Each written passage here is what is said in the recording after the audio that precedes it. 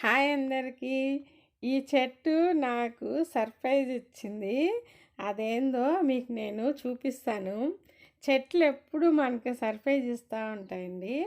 ఇది చూడండి, అసలు కర్ర పుల్లలాగా ఎండినట్టుగా పుల్లలాగా వెళ్ళిపోయింది పైదాకా. దీని వందలే, ఇది ఇంకేం కాయలు కాస్తుంది, ఉంటే పోద్ది, పెరిగి పడేయడం ఎందుకులే, నాకు చెట్లు అంటే చాలా ఇష్టం. అది కాయలు కాయకపోయినా పర్లేదు, ఉంటే ఉంటుందిలే అని వదిలేసానండి. సడన్గా ఒకరోజు ఎందుకో అలా చూశాను. నేనైతే ఎంత సర్ప్రైజ్ ఫీల్ అయ్యానంటే అంత సర్ప్రైజ్ ఫీల్ అయ్యాను. పైకి వెళ్ళి గుత్తులు గుత్తులుగా కాసిందండి గోడు చిక్కుడు చెట్టు. అసలు ఎంత హ్యాపీ ఉంటుంది కదా. ఇంక ఈ చెట్టు అసలు పోయిందనుకున్న చెట్టు ఇలా కాయలు కాసిందంటే ఎంత హ్యాపీగా ఉంటుంది కదండి.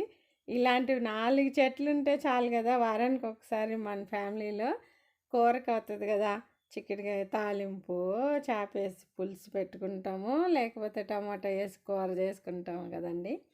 చెట్లు ఎప్పుడు మనకి సర్ప్రైజులు ఇస్తూనే ఉంటాయి. మనం కానీ చెట్టుని పెంచుకుంటే మనకు తప్పకుండా కూరగాయలు కానీ, ఫ్లవర్స్ కానీ, మళ్ళీ ఫ్రూట్స్ కానీ, ఇప్పుడు జాంకాయలు అనుకోండి, జాంకాయలు అట్లాగా అన్నీ మనకు చెట్లు మాత్రం మనకు మంచిగా హెల్ప్ చేస్తాయండి.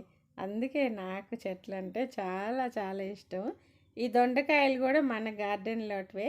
ఇవి కోసే వీడియో కూడా కావాలంటే ప్లీజ్ ఒక లైక్ చేసి సబ్స్క్రైబ్ చేసుకోండి.